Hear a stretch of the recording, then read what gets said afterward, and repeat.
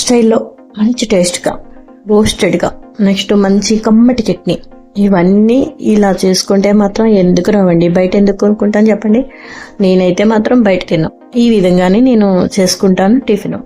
నా టేస్ట్ అయితే మాత్రం ఇలా చేసుకుంటే సూపర్ ఉంటుందండి. అయితే కొబ్బరి చట్నీ అందరూ చేసుకొని పక్కన పెట్టేసుకుందాం. ఈ కొబ్బరి చట్నీ కూడా ఒకసారి ఎలా చేయాలో విధానం చెప్పాను. ఇప్పుడు నేను బజ్జీలు వేసే విధానంలో ఒక్కొక్కప్పుడు శనగపిండి, నెక్స్ట్ ఒక స్పూను బియ్య పిండి అయితే వేస్తాను. నూనె లాగకుండా ఉంటుంది, ఒక్క స్పూన్ ఎక్కువ కూడా కాదు, ఒక్క స్పూను. ఇది మనకి కూరలో వాటిలో ఫుడ్ కలర్లోకి బజ్జీలు వేసినప్పుడు మాత్రం కంపల్సరీ పసుపు వేస్తారు, బయట రెస్టారెంట్లో కూడా వేస్తారు, అందుకే అంత కలర్ఫుల్గా కనపడతాయి మనకి. అయితే ఒక స్పూన్ జీలకర్ర, నేను జీలకర్ర పొడి కూడా కొట్టేసుకుని ఉంచుకుంటాను. ఒక స్పూన్ కారం ఎందుకు వేసాను అంటే, కారం చట్నీ లేనప్పుడు కారం డైరెక్ట్గా అలా తినేయచ్చు. బజ్జీలు పిల్లలు అవి స్నాక్స్ తినేటప్పుడు చట్నీ నలుచుకోరు కదా, ఉల్లిపాయ బజ్జీ వేసిన ఉల్లిపాయ అరటికాయ బజ్జీలు అలా తినేటప్పుడు ఉల్లిపాయలు వేసేసుకొని కొత్తిమీర వేసుకుని తినేస్తారు, అందుకని నేను కారం వేసాను అనమాట. అయితే పిండి కలుపుకునే విధానంలో కూడా ఉంటుందండి. ఒక 15 minutes ఇలా గుల్లగుల్లగా కలుపుకుంటూ ఉంటే మనకి బజ్జీలు చాలా బాగా వస్తాయి. అది నేను చూశాను చేసే వాళ్ళ దగ్గర.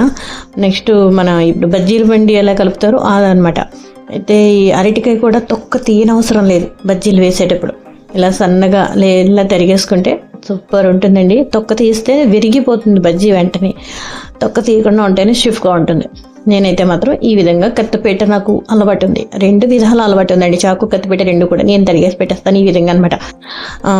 అయిపోయింది, బజ్జీలు వేసేసుకుందాం. నూనె కూడా నేను ఎక్కువ పెట్టలే, చూసారో లేదో మీరు, ఎక్కువ లాగదు నూనె కూడాను, ఎందుకంటే ఒక్క స్పూన్ బియ్యం పిండి వేసాను కాబట్టి.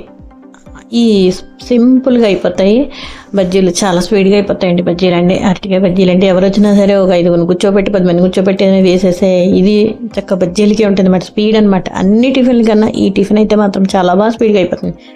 మీకు నచ్చితే లైక్ చేయండి, షేర్ చేయండి, సబ్స్క్రైబ్